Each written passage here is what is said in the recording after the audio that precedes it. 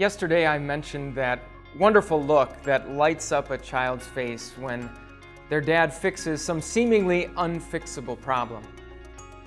Well, unfortunately, that look has a counterpart. It's the look when a child falls off her bike and scrapes her knee. It's the look when a child gets distracted in a crowded place and suddenly can't find mom or dad. It's the look when a child is playing catch with his father and the ball grazes off his glove and hits him right in the chest. It's the look that says, "How could you have let that happen to me? Why didn't you stop that? Why didn't you keep me safe?" That's a look that dads hate. Every dad wants to be a superhero for their children, to be able to protect them from every danger, to be able to fend off every possible crisis. And yet deep down we know that we can't. We're sending our children out into a big scary world, a world that is full of bullies and terrorists, a world that is full of school shootings and distracted drivers. And even aside from all of those external dangers, we know that we've handed down to our children our sin, which means that we've also handed down to them a death sentence. We know that we can't possibly be the superhero that our children need. But thankfully, every dad knows someone who can. Back in Jesus' day, there was a father by the name of Jairus. Jairus had a 12-year-old girl who was dying. And so Jairus called on Jesus. Jairus went to Jesus because he figured Jesus could help. Jesus could take whatever was causing her to be sick and make it go away. But then when Jairus was talking with Jesus, someone came from the house and let them know that the girl had died. It was too late. Nothing more could be done.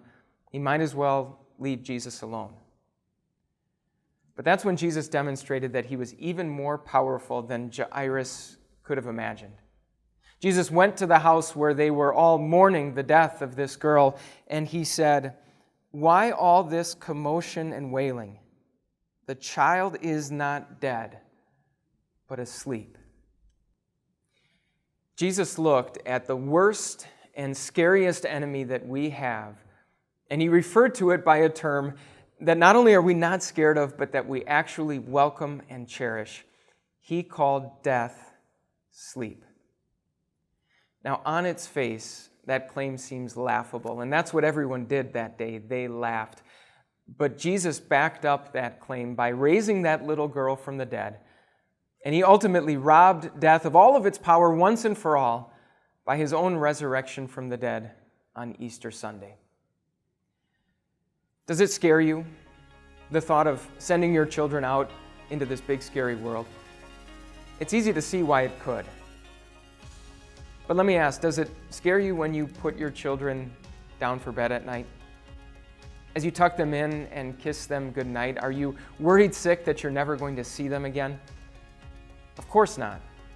Because you know that they're going to wake up and probably much too early. That's the very same calm and very same confidence that we can have as fathers. Our children don't need dads whose arms are strong enough to protect them from every possible danger. No, our kids need fathers who are full of faith. Fathers who know how to put them in the strongest arms that there are. The arms of Jesus, the one for whom even death itself is nothing more than sleep. If these messages are a blessing to you and your faith and you want more, we'd love to make it easy for you. You can just click this button right here to get connection to a YouTube subscription, or if you want these devotions right into your inbox, you can click right here. YouTube here, email here. Email here, YouTube there. Click both these buttons. We'll give you as much Jesus as we can because we know that Jesus is all that we need.